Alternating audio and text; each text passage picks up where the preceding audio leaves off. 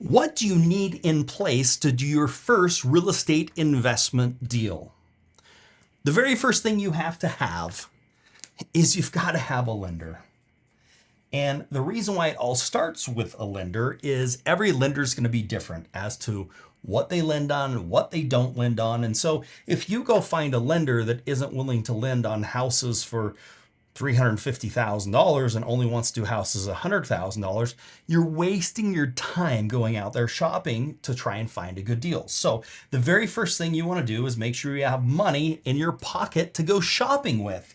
And you want to make sure that you understand the criteria, what this lender will do and what they won't do, so you can go shopping for what is in their buy box, what they're saying, these are the deals we do.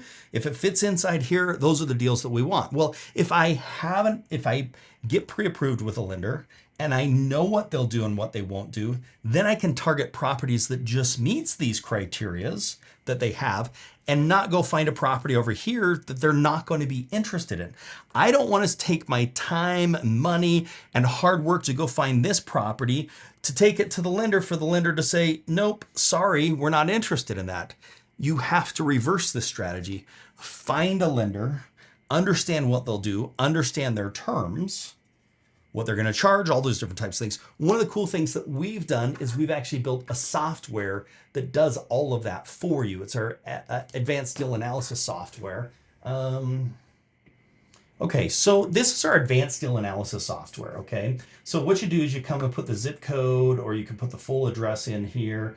You can put what you're doing with a property, how you found it, what options you're looking for, lowest cash to close, or lowest cost. It just depends on what your priorities are.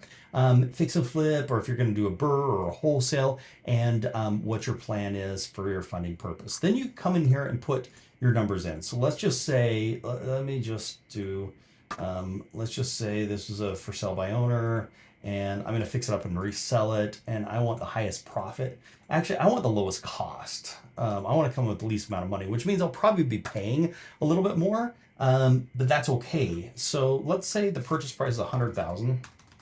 Oops, not a million. And let's say the current market value of the property is 100,000. And we're going to spend 50,000 on rehab, but we think it's going to be worth 215 once it's done. And the average time on market in this area is like 60 days. So we'll calculate that. Oh, zip code not specified. I have to give a zip code, don't I?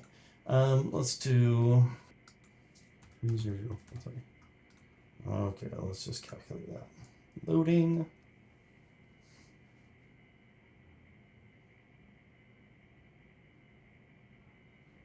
Deal analyzed. All right, so this is going to tell me exactly. This is going to tell me the interest, the origination, the cost. This is going to tell me everything. It's going to tell me how much my profit is. This is a calculator. If we want to do certain deals, we have to look at that. You may have to have some reserves. Here's some different loan options that you can look at. This is a loan option. This is a loan option. This is a loan option. But see, what this has done is it said, hey, we'll lend in that area. It says, here's different options. This is what it's going to look like. Here's some of the risks associated with it, and the property, and if we want a wholesale or everything else like that.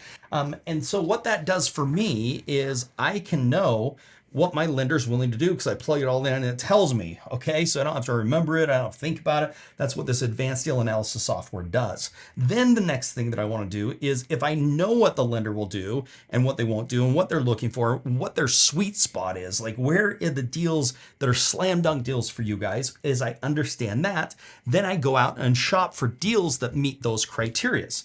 And one of the first things I'm going to need as I'm shopping for these deals is I am going to need a proof of funds letter. Okay, so proof of funds letter, I come in here, I put my information in, my company, the loan amount, I answer some questions, and then I can print a PDF of a proof of funds letter that says, yes, this is one of our members, they're ready to go, we have money to back them, those types of things, so that they can go and make those offers. And then what's going to happen is when I make the offer, then the seller's going to take me seriously. I already know who my lender is. I'm already pre-approved from my lender. I have a unique proof of funds that has that property's address on it from my lender, that's signed, and here's my offer, which says, hey, I'm ready to go. I'm serious about doing this.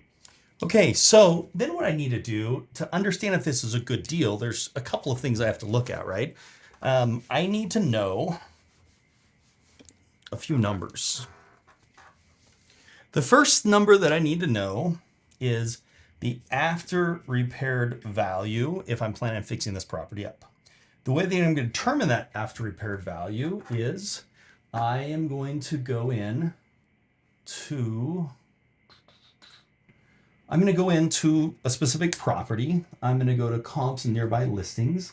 I'm going to look at public records in MLS, and I'm going to do a search within, the last 6 months. I can expand it out to a year. I can expand the distance if I need to 1 mile if I don't have enough comparables.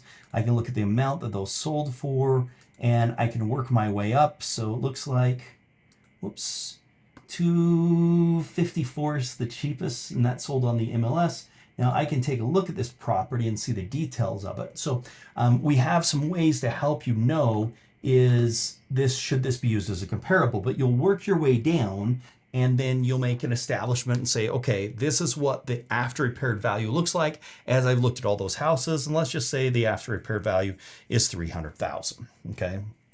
And the next number that you need to know is you need to know how much it's going to cost to fix this house up. And so what we've got is we've got another software here that will show you can search by popular projects and you can put in bedroom one, we're going to do this, remove carpet and pad, whatever the case is. And that's going to total up and say how much the work to be done with this property is going to be. In addition to that, you can also put the quality of materials, economy, better, best, designer. So are you doing this as a rental property? Are you planning on just reselling this? What type of materials should be used on this? And so then let's say that we have the repairs, and let's just say the repairs are going to be $50,000. Okay, so that's going to do all the repairs. Now, I'll still have a general contractor come in and get me bids on this, but I'll do that after I go under contract. So before, I just need to have a simple repair bid as to what I think it's going to cost me, and hopefully it comes in a little bit less than that. Okay, that's the next thing that I'm doing. So now if I know, okay, I'm going to buy this property for, what do we say, $100,000 just for kicks and giggles. So that's the number that I'm trying to figure out is what can I actually buy this property for? I do that by understanding the values, understanding the repairs, then I go to the purchase, then I can provide my proof of funds, which is why I started with my lender, and then I can get the property under contract. Then we go and verify all this information. We're going to get an appraisal to make sure the after repaired value is going to be there. Then we're going to get a licensed contractor bid to make sure that this is in line. The purchase price is something we may need to renegotiate if those numbers just don't come in, or hopefully we've made the offer where it makes sense for this. So those are the things that you need to do to put in place to get your first real estate investment deal done.